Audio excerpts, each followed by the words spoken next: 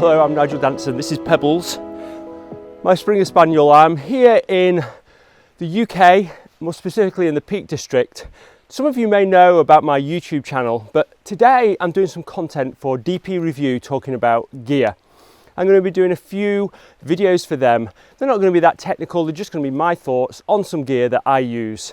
And we're going to start with a Nikon Z7. So, as some of you may know, I've been using this camera now for, well, since it was released on day one. And I've been to many different locations. Most excitingly, the Faroe Islands, which was just stunning. I've also tested it a lot. I've shot now probably around 15,000 frames with it. And I've got to know it a little bit, and I've started to understand what works, what doesn't work, what's great about it and what could be improved.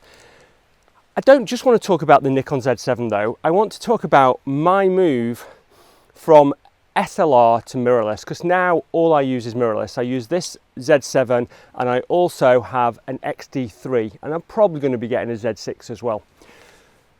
And I shoot stills and video. Obviously, I use this camera a lot to shoot my YouTube videos, and there'll be some video that will be shot today in this video on the Z7. So I'm going to walk around, probably not take so many photos here, but I'm going to show you some of the stuff that I've taken on my Z7 and talk about it from the locations that I've been to over the last month or so. Okay, come on Peps, let's go.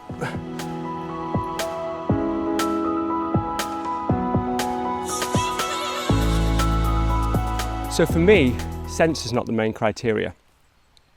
Is it, Pebbles? Nope. Obviously, you need to have a good sensor, but if you look at the Sony, the Nikon, the Canon, the Fuji, they've all got amazing sensors. But I think a decision based on ergonomics and size are more important. How you're going to use the camera, how it's going to work in your workflow. Because at the end of the day, it's a tool, and you've got to be able to work with this tool really well. So if we go back on my history, I had a Nikon D100, then I had a D200, then I had a D800, then I had the D810, then I got the D850 for a small while, and it was when I had the D850 that I realised that I just wanted something smaller. I hike a lot, I take a lot of camera equipment, I often take 2 or 3 bodies, I take maybe 5 or 6 lenses. Anything that I can cut down weight is really important. And what I found with the Z7 is it's around about 350 grams lighter. Which is important because that means that you can get a Budweiser in your bag when you get to the top of the mountain. So that's quite important. But joking aside, that weight is important, but I don't think it's the main criteria. I think the size of a mirrorless body is really important. This is significantly smaller than the D850 with a lens on. And actually this D8 24-70 lens, the call it kit lens, I don't think it is a kit lens, but it's the f4 version of the 24-70, is manageable. It's not really heavy. It actually feels, if I'm honest, a little bit lightweight, but the quality of it is amazing. So I've got here a camera that can take as good photos as the D850 in a really lightweight and compact body. And that makes a big difference to me when I want to take a small bag or I want to carry fairly light because I'm going up a big mountain.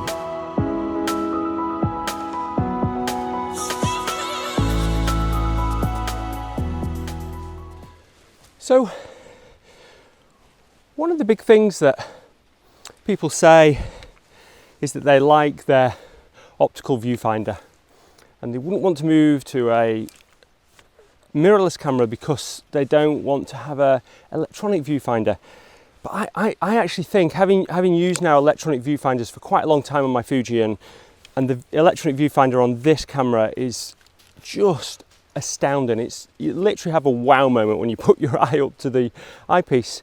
Then I think, well, why wouldn't you do that? Because the advantage of having an electronic viewfinder over an optical viewfinder, and I understand that people say, well, with an optical viewfinder you don't have to switch the camera on, you can just look through, you see straight through the lens. I get all that, but I'd rather see what I'm shooting. So as the exposure changes, I can see the scene change.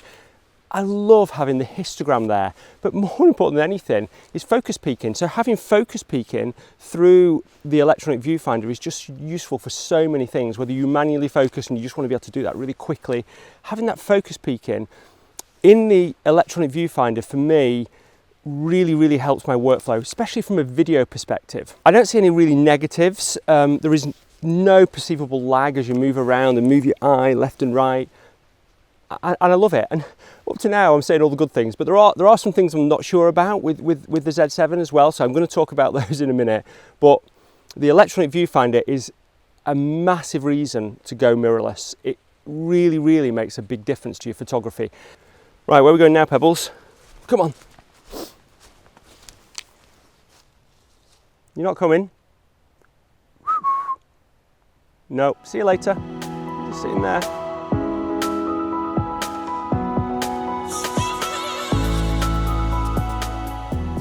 So one of the great benefits that you get with a mirrorless camera like the Nikon Z7, the Fuji X-H1, the Sony is in-body stabilization. And I didn't think that would be a great advantage to me for photography. I thought it'd be a good advantage for doing my video, and one of the reasons I got the Z7 was specifically to be able to have the stabilization for video when I'm hand holding B-roll. But actually, it's amazing how slow a shutter speed you can use the Z7 at. So I've got it set here at f9 and ISO 200, and it's coming up at 1/8 of a second. So I'm going to get some blurred motion from this waterfall behind me. Now usually I would never be able to hand hold that, but actually you can hand hold it and get a reasonably good shot. So I'll show you. I'll hand hold this and you can see how sharp it is. So I'm not recommending that you actually do waterfalls like this handheld. Obviously you want to use a tripod, but there are occasions where you might want to hand hold it. There's going to be lots of shots that you take that probably are handhold. In fact, it wasn't too long ago that I was in the forest. I didn't have my tripod with me.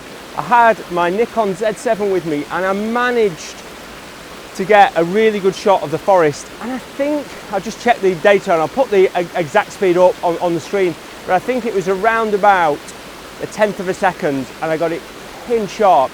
And I wouldn't have been able to do that without in-body stabilization. Right, let's have another go at this one. So it's 1/5 of a second, f9, ISO 200.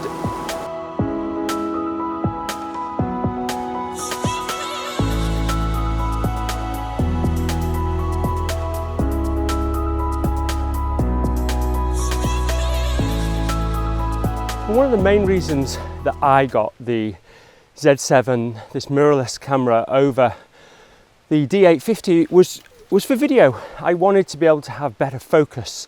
It was really important, and the in-body stabilization as well. So it might not be for everybody. For me, for video, it really makes a difference. Having the ability for the camera to track you when you're talking like this can really help, especially when I'm shooting most of those things on my own in the countryside. And the autofocus, although not perfect, is significantly better than what I found with my digital SLRs.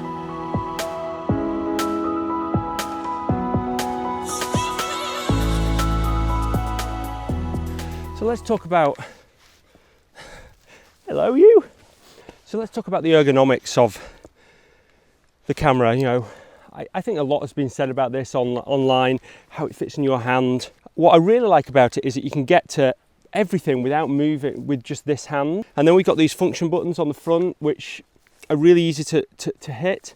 So I've set these up to one to be exposure delay, and the other one, so I can, then if I've got it on my tripod, I can set it to like a 1, 2, 3 second exposure delay. And then the other one I've set up to focus modes, which I think might be the default for the setting as well. And then you can also change this ring here. So this is the focus ring. So if you're not using it for focus, which, you know, quite a lot of the time I'm not, if I've got it on my tripod and I am just using autofocus where I just tap the screen to focus, then you can use this for aperture. You can set it to aperture, and you can also set it to exposure compensation as well. So that's pretty good. This screen on top is okay. I don't use it a huge amount. I don't feel like it's wasted real estate though, because I don't think I could get my finger to that location very much. So it's quite good when you want to quickly have a look at it, check, you know, that you've not got any exposure compensation dialed in, what your ISO is, etc. So, you know, from that point of view, it's pretty good. But yeah, I love it. I mean, it's just so nice to hold. You know, my finger doesn't drop off the bottom there. It fits quite nicely. So pretty good. Yeah.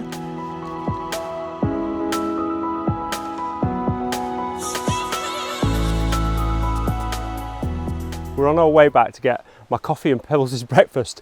And unfortunately, I've seen this great scene, or fortunately, I've seen this great scene. Unfortunately, because we're not going to get breakfast or coffee soon. But I thought I had to stop and take it. So I've got my Z7 with my 24-70 Z lens on, and I'm shooting at f9, focused on this tree here. Ideally, we'd have a little bit more atmosphere, some more fog to give it a bit of oomph, but it looks fantastic. It's just a lovely, lovely shot, and it'll really show just what the resolution of the Z7 can do in terms of zooming in and printing something like this really, really big. So I'm going to take this shot. I'm also going to show you some other prints I've done with the Z7 when we get back, and I've got a coffee in my hand, and then get back to my studio. Okay.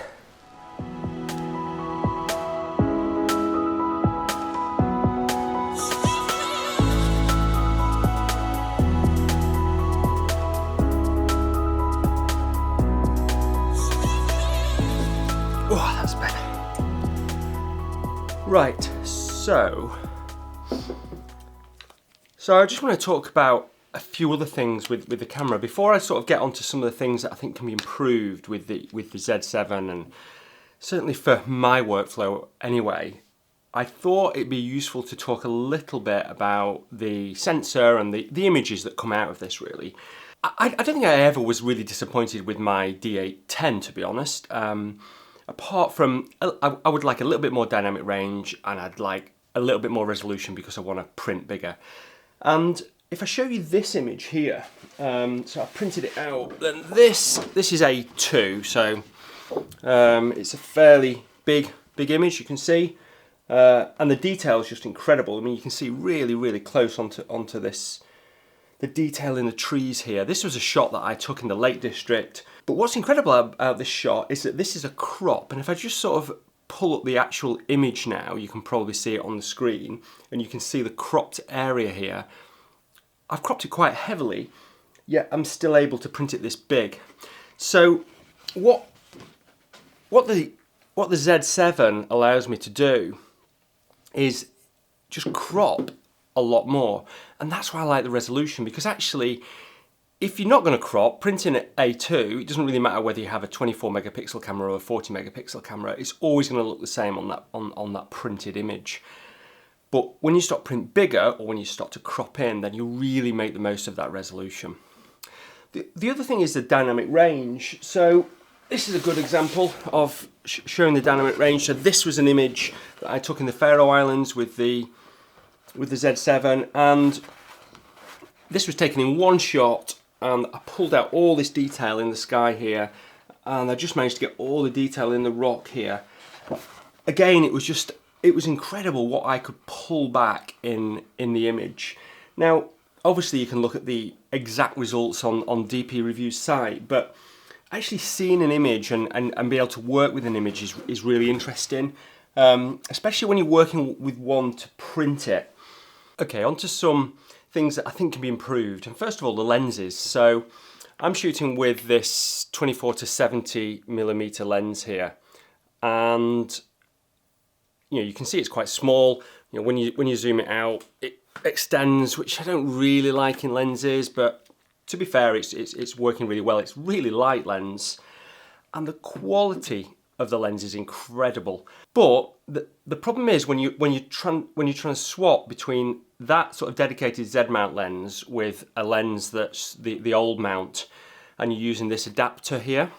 So if I just sort of show you, so at the moment on here I've got my Arca Swiss mount bracket, and I don't really want to take that off. If I take my lens off, you can see that the opening is huge, so I'll come to that in a minute because that's another problem. And then I get my other lens, and you can see that it just doesn't go on, because I have to take off this Arca Swiss mount and then I can get this on. So that's just a frustration really, that I've got to take this off every time I want to swap lenses. The other problem is, because you're spending more time messing about when you're swapping lenses using this adapter, the aperture now and the exposed sensor means that the sensor's just more prone to getting dust on it. And I found that I've probably cleaned my sensor 3 times since I had the camera in a month. And then the elephant in the room, which is the 1 card slot. I've got to admit, I'm not that worried about that. Now that might be, I might completely change my mind if I lose all my shots, but I've used 1 card slot a lot. I use it in my Mavic as well, my Mavic drone, which I fly all the time, and it's got some of my really important footage on it for my videography work, and that's only got 1 card slot. In fact, with my Mavic, I fly it and I could crash it in the sea, so there's more jeopardy involved in that. What I do is I use a NAR box. So I've got this NAR box that I transfer when I'm in the field and I'm taking shots, I shoot onto that. And I've also got a second card that I just swap in. So if I've got a really, really important image that I'm just going to take, then I'll probably take it to a second card as well that I just swap out. It's frustrating, it's not ideal, but when you're doing landscape photography, it's not a big deal because you've got a little bit more time on your hands. But yeah, I love it. I would never ever go back to an SLR camera. I just don't see there's any point. I like the small form factor. I like it's lighter. I like the in-body stabilization, and things like focus peaking and the electronic viewfinder are just absolutely fantastic and really suit my workflow, as I spoke about in the field. Anyway, thanks ever so much for watching, and hopefully I'll get another video out next month on the DPReview channel. But until then, bye.